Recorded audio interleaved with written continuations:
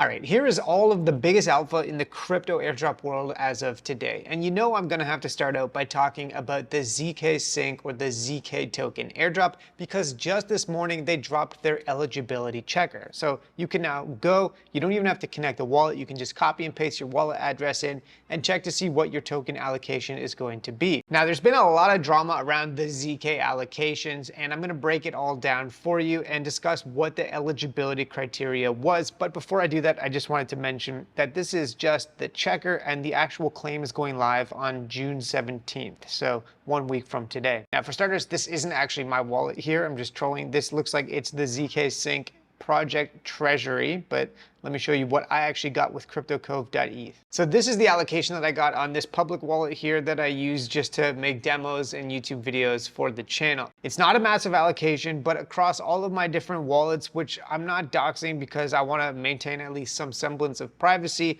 my total allocation was just under 50K tokens. So given that, I can't personally complain about my allocations, even though I've seen plenty of people that are getting a lot more than that. But I will tell you exactly what's been going down. So for starters, let's talk about the token distribution. This is the total tokenomics, and the airdrop percentage was actually pretty substantial at 17.5%. So that is pretty much on the higher end of anything that I've seen, especially for a massive project like this that is going to be launching with a pretty high FDV. Then on top of that airdrop percentage, 17.5%, there's another bucket of community stuff. So they're going to be dropping tokens to different ecosystem apps, which will ideally then pass those tokens on to users.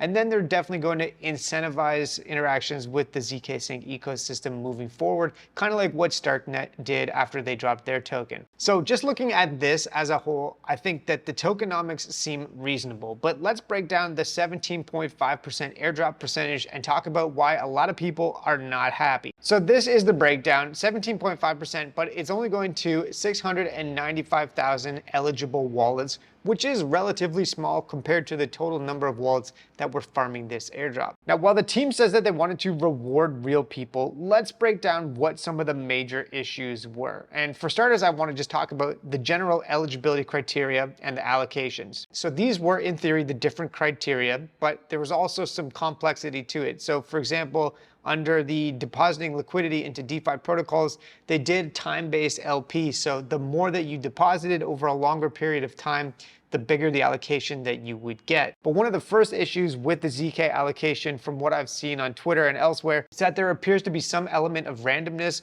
where users that, moved thousands of transactions over multiple years got tiny allocations versus on the other hand, there's examples of, one wallet doing a handful of transactions, depositing a couple $100 in LP and then getting a massive allocation. So for example, this wallet here apparently did 9 transactions in total, made a decent sized deposit into SyncSwap LP and got the max allocation of 100K tokens. And that discrepancy there has a lot of people upset, which honestly, I fully understand. Imagine you spent multiple years pushing transactions, expecting or at least hoping to get some sort of reward and then coming up empty or getting the bottom of the bucket. So that's one of the main issues, is that these eligibility criteria don't seem to have actually rewarded very much being a loyal user of the chain over time, but much more heavily focused on just dropping some LP. And even if you just set and forget a couple $100, you do way better than someone that pushed, hundreds of thousands of dollars in volume. The other thing that has some people upset is that there's some kind of random criteria thrown in there. So for example, they allocated a smaller percentage of the supply to people that claimed some meme coin tokens on completely different networks for some reason, and then NFT collections, although that's par for the course these days. So not super surprised that Pudgy Penguins and Milady's got those. But in my opinion, one of the larger issues, much more so than the eligibility criteria, is that for starters, they didn't do a very good job at all of weeding out Sybils. So for example, apparently 100+ million tokens are going to wallets from the Layer 0 Sybil list. So that's definitely not ideal. Even Ruslan.eth, the iconic Layer 0 Sybiler, got an allocation out of this. And then if we look at the distribution, that is the other spot that has a lot of people scratching their heads. So this right here shows exactly how many people are getting allocations in the different buckets. And you can see that the vast majority of wallets are getting less than 5K tokens. However, on the upper end of the spectrum, it goes all the way up to 100,000 ZK tokens or even above if you had some community multipliers or you had some of those NFT collections. And according to this analysis here by Shishir on Twitter, that means that the top 1.6% of wallets got 68% of the entire airdrop supply. So that is not ideal. That's not exactly decentralization. And then the fact that they actually didn't do a very good job weeding out Sybils, even though they said they were trying to reward real users, is one of the other main issues in my opinion. And I think that they probably could have done a better job of using tools like Nansen to exclude Sybils, but then also using some type of proof of humanity, which I thought they were going to be doing, which it turns out they didn't. They just relied on some time-weighted LP as their only anti-Sybil or proof of humanity criteria. So yeah, that is the situation currently with the ZK airdrop. And I say currently because the team canceled a live stream that they were going to do this morning on Bankless due to all of the negativity. And I've seen some reports on Twitter that they're considering taking some of this feedback into account. So we'll see what happens with this. And even though I personally got a decent allocation, if I combine the 3 different wallets I have that qualified, I would much rather have a larger group of people win and then have the community be vibing than have this kind of negativity around it.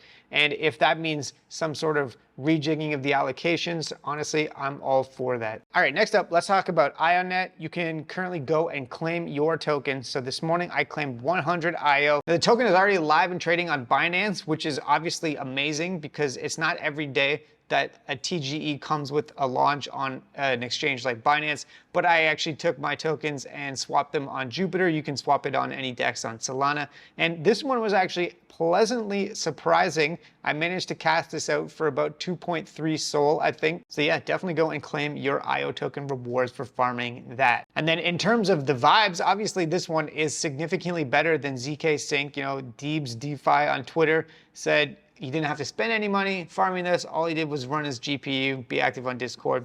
And this guy cashed out almost 5K, 4.3K. And this just goes to show that there's always opportunity out there. All right, speaking of opportunity, I wanted to talk about Symbiotic Finance right now because they just launched today. And this is a brand new airdrop farming opportunity. I want to preface this though by saying that for starters, you should do some research before aping in because it is brand new.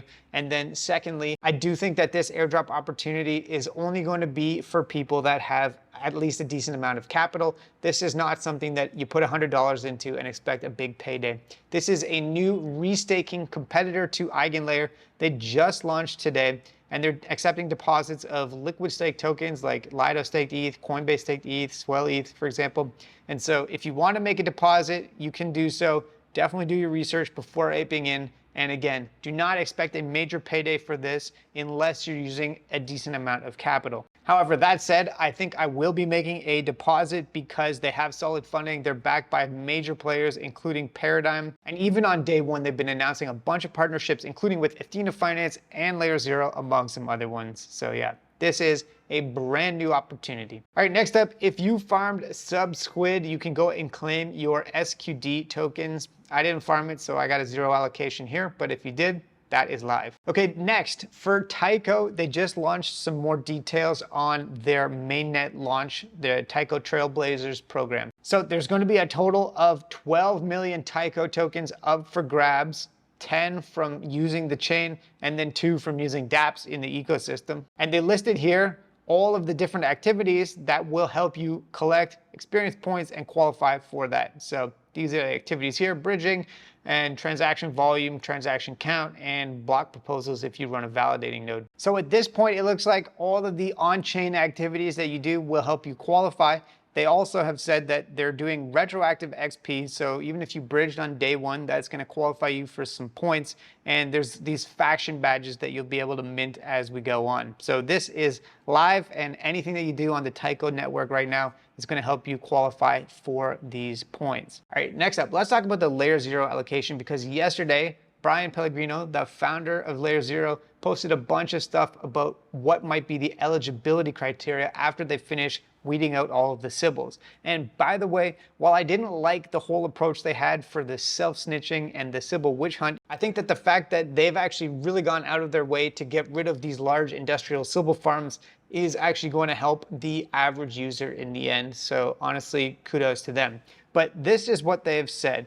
If they whittle down all of the wallets that had less than 5 transactions, that's just already automatically getting rid of half of the wallets in terms of eligibility. So that's good for us. Then they're saying that any transaction that was sent below $1 in value is going to be de-weighted by 80%, as well as anyone that sent valueless NFTs, those transactions are going to be de-weighted.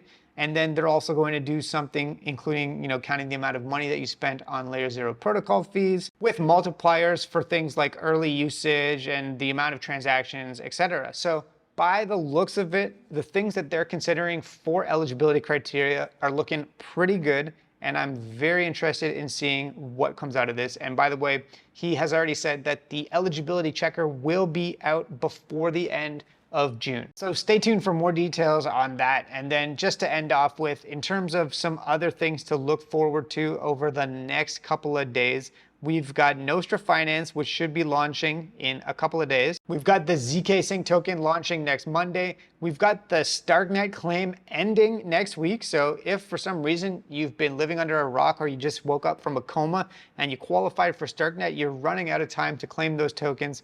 And then we've got a bunch of other stuff coming up after that, including Blast, and then hopefully Layer Zero checker somewhere in this week. So yeah, a lot of stuff still happening, and I will continue bringing updates as long as there's airdrop alpha to be had. Thanks so much for watching. Hopefully you found this useful as always, and have a great day.